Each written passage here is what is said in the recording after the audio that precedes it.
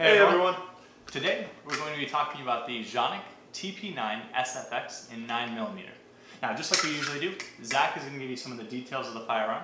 We'll both go over our pros and cons, we'll give you a value statement, and then we'll talk a little bit about what we have coming up next. So I'll go ahead and show clear, and Zach's going to take it away. Magazine's empty, firearm's clear. Cool, thanks Dave. Alright, so as Nate said, we're talking about the Jon-ik TP9 SFX, or Canik as we call it in America. Out of the box, what you're going to get from this gun is a 5 1/4 inch barrel, so awesome length barrel for a competition ready gun. It comes with a holster, which is going to be like a Serpa style holster. So it's a little bit different in that it doesn't have the tension release, so you don't have to put your finger on it, which is nice. But it is match ready, and this is their competition gun. So what else do you get in the box? So another couple nice things. You get two 18-round mags with, they both have +2 base pads on them, so 20 rounds total. So that's huge. Comes with interchangeable back straps, so you can switch these out right back here. Also comes with interchangeable mag release buttons. Comes with 4 base plates for mounting brackets for optics. Comes with 2 other additional fiber optic sights. And also a charging handle. And a charging handle, yes. If you end up using an optic, you can also install a charging handle, which will allow you to rack the firearm without applying pressure to your optic. Yeah. So it comes with a cleaning kit and then a crappy mag loader. So Nate, what about you? Alright, so let's talk a little bit about the pros and cons. First thing, we have a lot of pros. So this gun was retailing for right around $500 is where you can find them at now. Maybe a little bit cheaper if you look or wait for them, but the initial run came out and I haven't seen them for below below 500. So bang for your buck. I mean, obviously the looks of it, it's a pretty sharp looking firearm. We really like how you have this flat gray with the gray on the back strap, so it kind of ties it in a little bit. The 5 1/4 inch barrel, you have the bright red fiber optic sight. And the same thing, just like we talked about on some of the other firearms, the Mac has a flat top. This one is serrated, so it reduces the amount of glare that's coming off the top of that slide. Still pretty cool. Yep.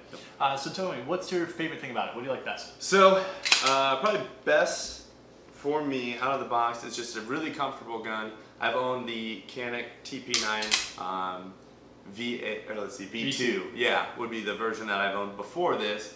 And just Jon-ik makes incredible guns, bang for your buck. I mean, what's the base model on? 350? I think you can get them for closer to 3. Oh. Yeah. So, I mean, they just make really quality firearms. They look great.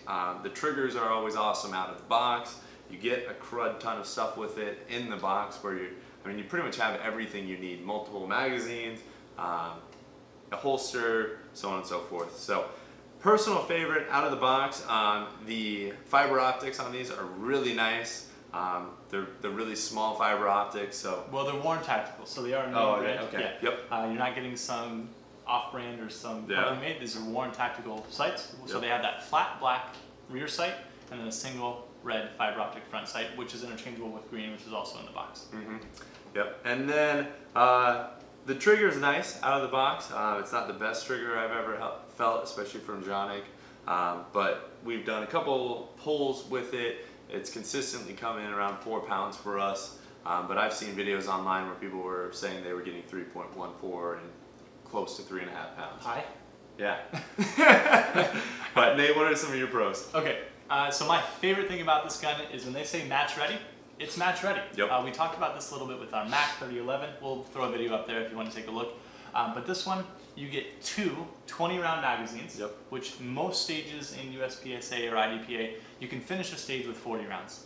You might have some stages rarely where you need more than that. But out of the box, this is going to cover, I'm going to say 90% of your stages. Perfect.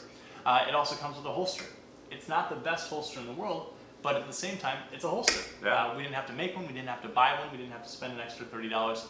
Comes with a holster. And as we said, our dad and our brother both ran this in their most recent match. It functioned flawless. It was actually the first time we shot it, so no failure to feed, no failure to eject. It ran like it should. So match ready, it really is. I really like the mag release and the ability to adjust the size of it depending on how I want it to feel.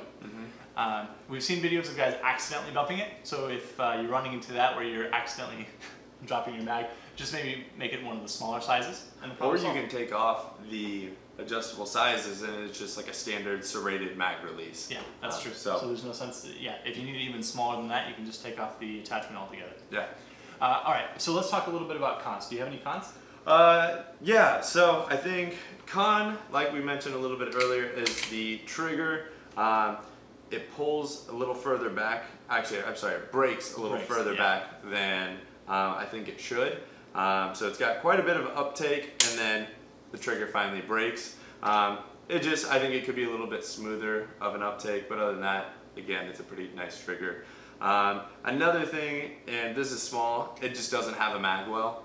And so, well, I haven't found a company that makes them yet. Yeah. So I wouldn't necessarily mind purchasing it. Yeah. For a competition handgun, I'm going to want a mag well. Yep.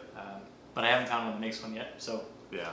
Probably just because I'm used to one. I mean, tons of guys can run competitions without mag wells and they do great. I'm just used to having one on my gun, so it makes a big difference for me. And we're really nitpicky here. So I mean, talking about a 4-pound trigger, which is really an excellent trigger. Yep. Just to talk about that a little bit more, what he's talking about when he's talking about the break as far back is you push in the trigger, it goes to about here, so that's probably a full centimeter and a half before it finally breaks.